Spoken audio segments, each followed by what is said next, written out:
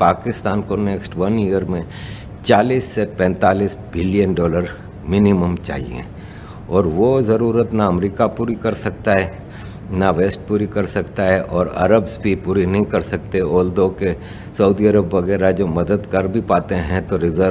Foreign reserve में रखने के लिए 2-3 बिलियन डॉलर दे देते हैं। यहाँ 1 साल का खाली 40-45 बिलियन डॉलर है। तो उन्होंने कहा कि पाकिस्तान का इकोनॉमिक बैंकरप्सी होना लाजमी है, इकोनॉमिस्ट कह रहे थे। और उन्होंने कहा कि पाकिस्तान इकोनॉमिकली कोलैप्स तो करेगा ही, और उसी कोलैप्स की सूरत में फिर मामलात सेट होंगे। और उसमें सोमालिया की मिसाल दे रहे थे कि सोमालिया में जिस तरह एक वॉरलॉर्ड्स का मैदान है, गवर्नमेंट का वहाँ पे कोई हाल नहीं है, इसी तरह फिर पाकिस्तान का होगा कि मुख्तलिफ़ इलाक़ों में जिसकी चौधराहट है वो अपना हिसाब किताब चलाएगा, और पाकिस्तान में सरकार का एज सच कोई मेजर रोल रहेगा नहीं, और ऐसे में इंटरवीन करेंगी सुपर पावर्स। और एक और साहब थे, ब्रिटिश हैं, वो बता रहे थे कि बिहाइंड द डोर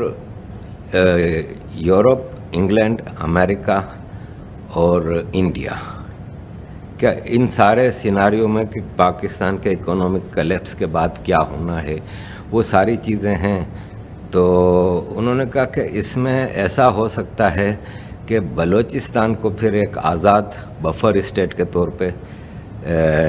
वो किया जाएगा, कि उसमें फिर क्या होगा कि अमेरिकन इन्फ्लुएंस रहेगा बलूचिस्तान में, और सिंध जो है वो इंडिया क्लेम करता है। और इंडिया ने ऐसी बिहाइंड द डोर जो मीटिंग्स हुई हैं यूरोप, अमेरिका और इंडिया की, क्या व्हाट आफ्टर कोलैप्स,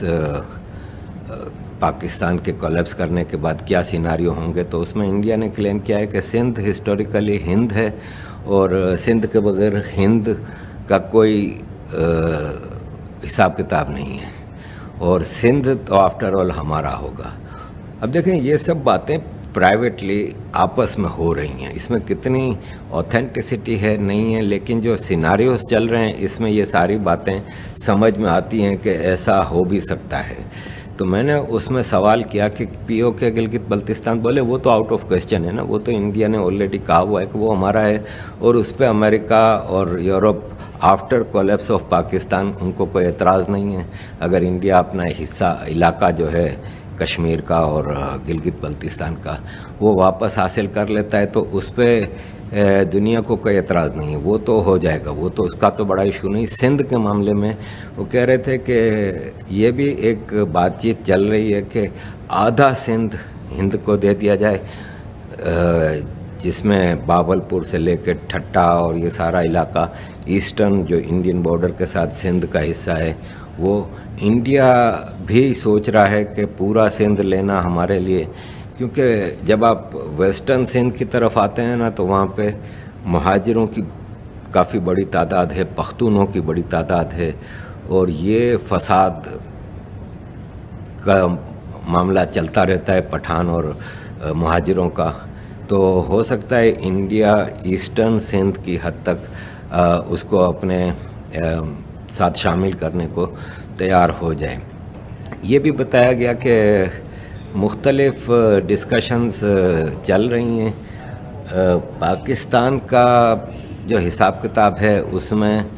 ये चीज़ें सब नज़र आ रहा है कि कुछ ना कुछ तो डेवलपमेंट होगी। अब